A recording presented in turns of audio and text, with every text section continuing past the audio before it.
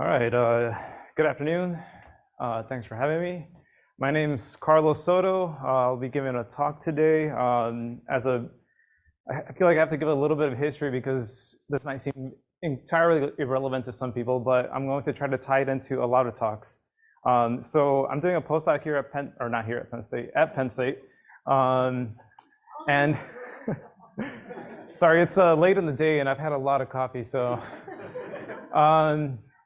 And before that, I was at Florida State and I did some shape analysis stuff, which is related to manifolds, and now I'm relating manifolds to privacy, and there'll be more connections. So also thank you to all organizers for bringing all of us together. And especially I want to thank a lot of the speakers because you've used a lot of my trigger words and you've given me a lot to talk about.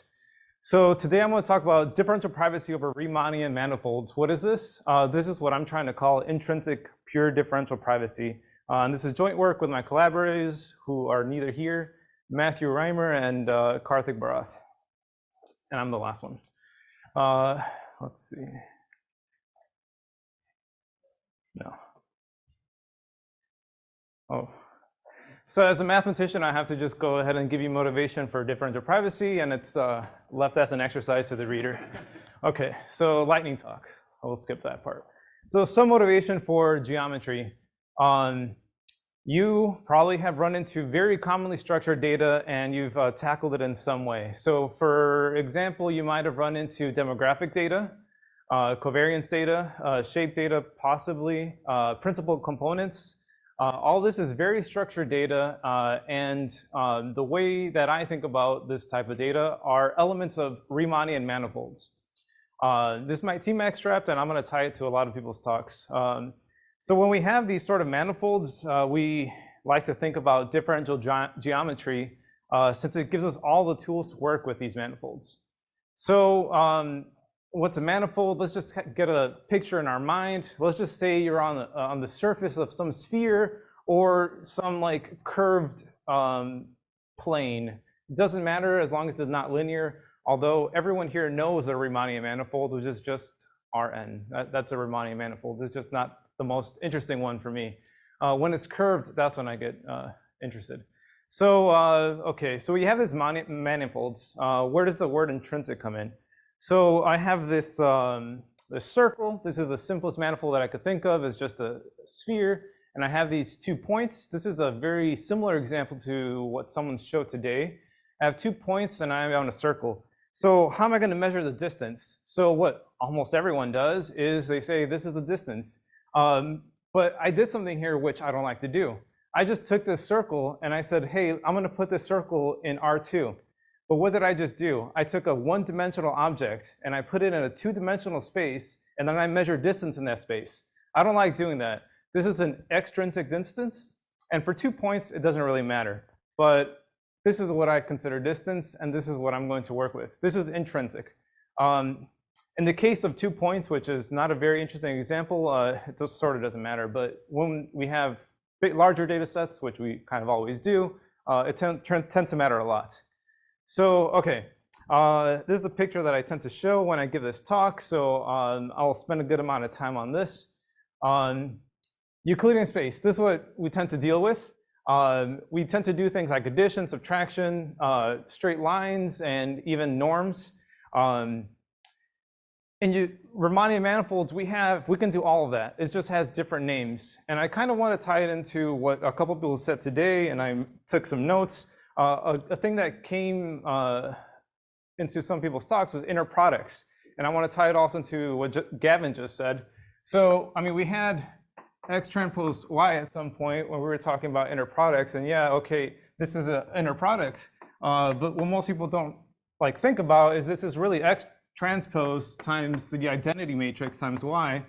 And then once you look at it like this, well, you could just throw this into Mahalanobis distance if you have X transpose, you know, not the identity times Y. And what are these? These are Riemannian metrics in some space. So you've actually dealt with manifolds, just maybe haven't really talked about it. So when I consider addition, I consider it slightly different. I use these things called exponential maps. Instead of subtraction, I do these things called inverse exponentials. The names are slightly unfortunate since we have exponential mechanisms and things like that, but it is what it is. So this manifold is what I'm going to use as my example. So if you have some point and you want to know how to get to this point, well, we have this tangential thing that we use, and this might seem kind of weird at some point, but like all the time that the people that aren't from Toronto, what do you say when you're looking for someplace? You go in this direction for some distance, and if my hand was a laser, I am tangential to the Earth, well, assuming that we think that the Earth is round, which it probably is, but I have this tangential direction, and you're moving in this direction, so this is how you move across some curved space. We use these things. And this path that we take, if it is the shortest path, I'm calling this the geodesic distance. So anyway, anything that you can do in just flat Euclidean space, you could do it in curved space. It just has different names. So let's see, what else should I talk about here? So the proposed method, what most people do when you want to sanitize something that exists in some curved space, like those structured data that I mentioned, you can embed your data into a large space, sanitize there, and then what do? You try to project back. And actually yesterday, someone might have said, someone mentioned something about projecting back onto the space of symmetric positive definite matrices. That's actually not really possible because it's an open set. And on an open set, you can't project back. So we can't do that sometimes. So maybe, what should we do? Let's stay on the space. How do you stay on this space? Use those tools. So the method that we propose is to sanitize directly on these manifolds. And we show that by doing this, there's sort of two main properties. We tend to add less noise than by doing this sort of extrinsic method. And we also have the same rate optimal guarantees that we normally have. So maybe I should give a little bit of concreteness. What I consider is the Laplace mechanism. And this is the Laplace mechanism for manifolds. And it may seem kind of complicated, but we could ignore most of it, and I'll just break it down for us. Laplace mechanism, what is it? E to some negative norm. So I have the exact same thing. It's e to the negative, except instead of a norm, I have a distance on a manifold, which is just a norm. I think Adam was talking about this yesterday, changing it from square distance to absolute value distance. Similar concept. Instead of absolute values, now I have some manifold distance. My measure is on my space. So you probably use a Lebesgue measure on Euclidean space. I use what's called the Riemannian volume form. Different name for the same thing, but now I'm on a curved space. There are some intricacies here which I'm not stating, but I'm also trying to hide a few details because I have a poster that I want everyone to come talk to me about. So instead of a mean, I have a foot point. Just think of it as a mean. It may not necessarily be the mean, but those are some details that we can talk about. And there's also this rate parameter. Just think of it as standard deviation. But it's all here. This is the exact Laplace that you know. So this is the Laplace distribution. So in particular, I'm going to consider sanitizing a mean. The simplest thing that you can do. Instead of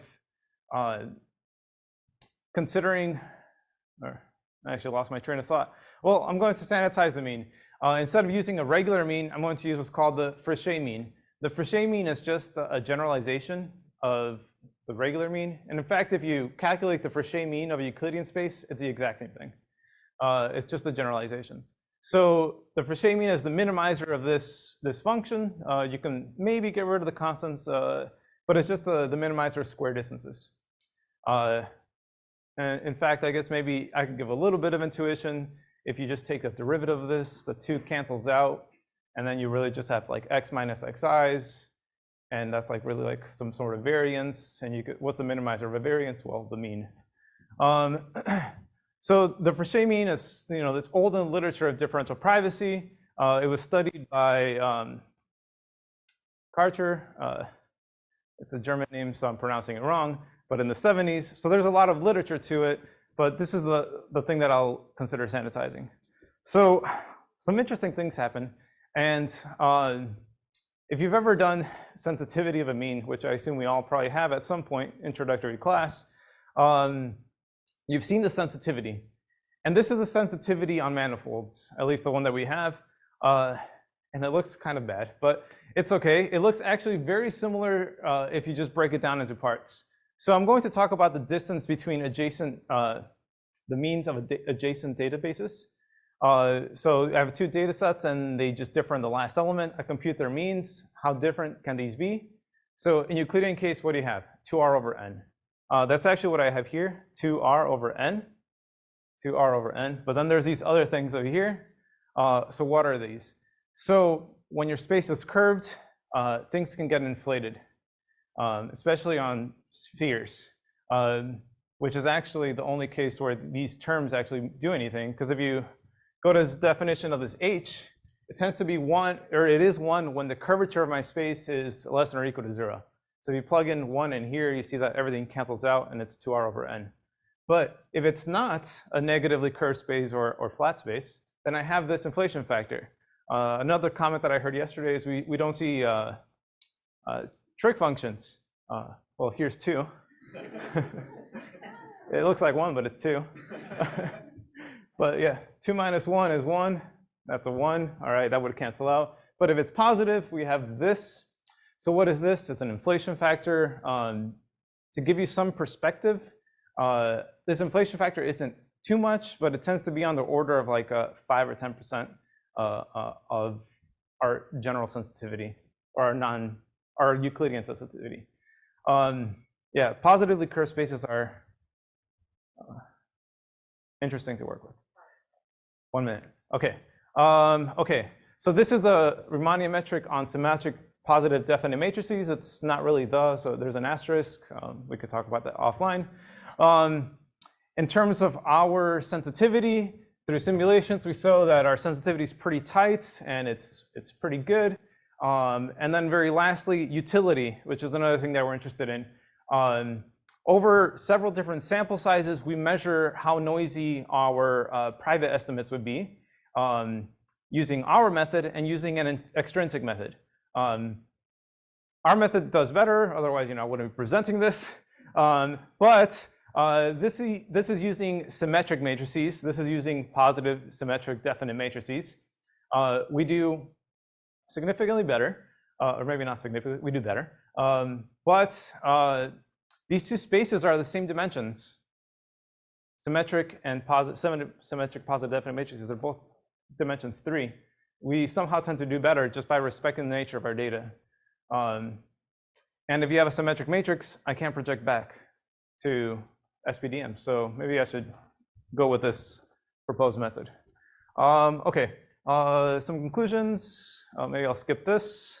Approximately future work. There are a lot of manifolds. I only talked about 1. I talked about 2 in this paper. And approximately future times of construct. There's hopefully another paper coming out. We'll see. Yeah. Well, I'll just stop there. Thank you.